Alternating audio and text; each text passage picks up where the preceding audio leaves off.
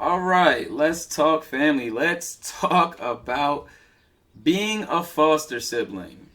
It's different than being in a group home. It's definitely a different environment. Definitely something that I don't think people put too much thought process into. So we're going to talk a little bit about the mental process that goes into that and the drawbacks of being such a thing. But we're going to talk about all of that right after this. I've been running this solo. I've been on my dollar. Everybody acting like they know me, but they don't know. I've been on go-mo, never in slow-mo. I only come in second to my GoPro. Losing that's a no-no. Losing that's a, losing that's a, losing that's a no-no.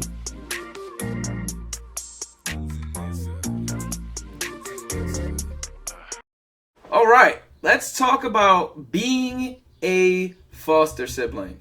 So, couple things you guys got to understand, right? Being a foster sibling is a lot different than being in a group home. When you are in a group home, you are one of 10. Or if you're in a shelter or something like that, you could be one of 100, right? There's a very big difference. When you are a foster child, someone is bringing you into their house. You're not adopted. Adopted meaning that they are taking you in as their legal child.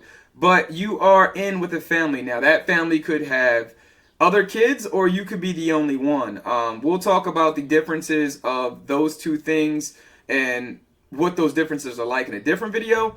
But, so, being a foster sibling, being someone else's foster sibling. Let's talk about why that's can be its own thing. So for one, let's just get the elephant out of the room right off the bat.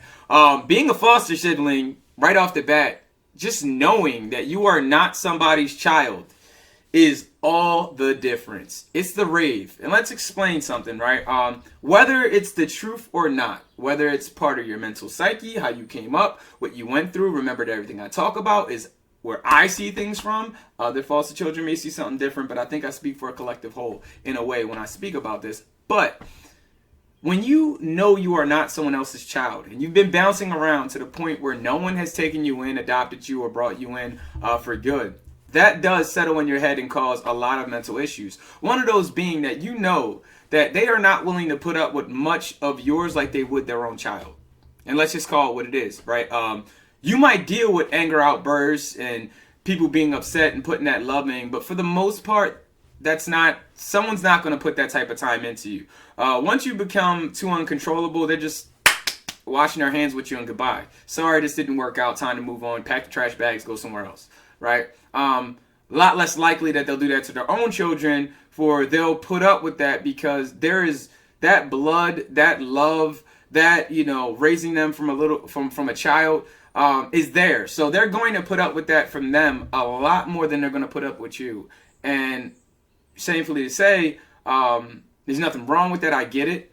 But you know that going in there. And knowing that means the world of the difference on how you react to a lot of situations.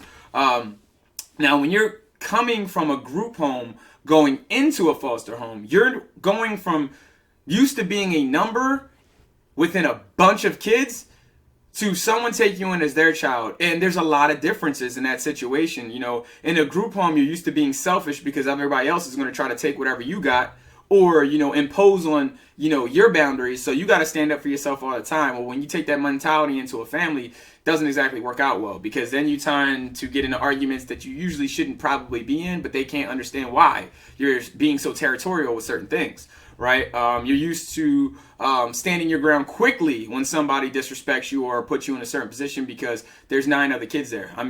Or, if you're in a shelter, hundreds of other kids there. If you don't set your groundwork right off the bat and let people know what you stand for or what you don't, you become a doormat, and you do not want to be that, because you do not want to be picked on while you're in there. So when you start doing that in a foster home, that's going to cause a lot more issues, especially when you're doing that with their children. It just causes issues that don't need to be there. But being treated differently, right? Like, now this is in all places. Like, there's foster parents that aren't going to treat you any different than their own children. They're going to give you the same respect as theirs. But in a lot of places too, you're not. You're not treated the same. You're treated differently. put on a pedestal compared to where you're going to be put at.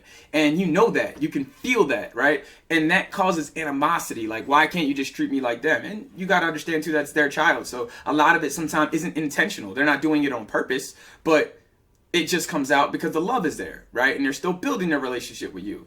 But a lot of times, too, you may not be getting treated differently, but you feel as though you're being treated differently just because you already know that it's supposed to be coming. So there's this feeling of resent, which you're going to bring out on them, which is not their fault. But for you, you just feel as though, oh, I know they're going to treat me differently. So you're already firing off, even though that may not be the case. And it's just because that's what you think is going to happen. That's how you feel this is going to go. And even though shameful enough to say, that causes some friction in that situation. Now, I think a really big point that a lot of people don't bring up, and I think this is the last thing I'm going to end it on, is knowing that you're mentally unstable, right? Knowing that you're not emotionally there, you're not mentally there, and bringing that into the home. If there's not somebody willing to put up with that, that could be a really quick exit from a home, because you're going to have so many problems that they're not willing to put up with.